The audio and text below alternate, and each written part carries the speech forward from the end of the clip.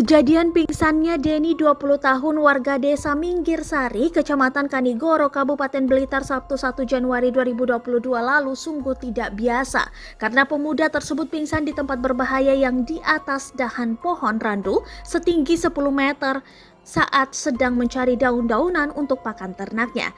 Pingsannya Denny itu bukan kejadian aneh pertama karena yang heroik adalah tindakan temannya Komari 30 tahun. Mengetahui Denny sudah lemas dan dalam bahaya, Komar langsung bertindak cepat yaitu naik dengan bantuan tangga lalu mengikat Denny dengan tali pada dua dahan di pohon tersebut. Lantas Komar turun dan dengan cepat memberitahu warga desanya mengenai kejadian yang menimpa Denny. Seketika puluhan warga berdatangan dan kaget melihat Denny pingsan di atas pohon randu yang dipanjatnya. Bukan hanya orang tua yang panik namun juga warga setempat.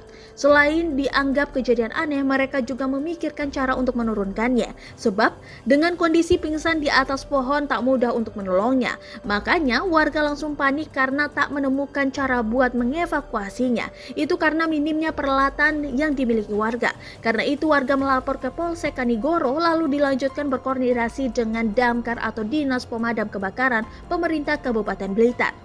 Begitu tiba di lokasi, tim langsung menyiapkan peralatan mulai dari tali tangga. Dengan menggunakan tangga hidrolis, petugas damkar dengan mudah menjangkau tubuh korban yang berada di atas ketinggian 10 meter dari bawah tanah itu. Setelah memikirkan semua resiko terkecilnya, maka korban diturunkan bukan dengan cara digendong oleh petugas, namun tubuhnya diikat dengan diturunkan pelan-pelan dan di bawah pohon disiapkan banyak orang untuk menyambut tubuh korban. Meski kondisinya pingsan namun selamat karena langsung dilarikan ke rumah sakit. Kemungkinan korban sempat dehidrasi.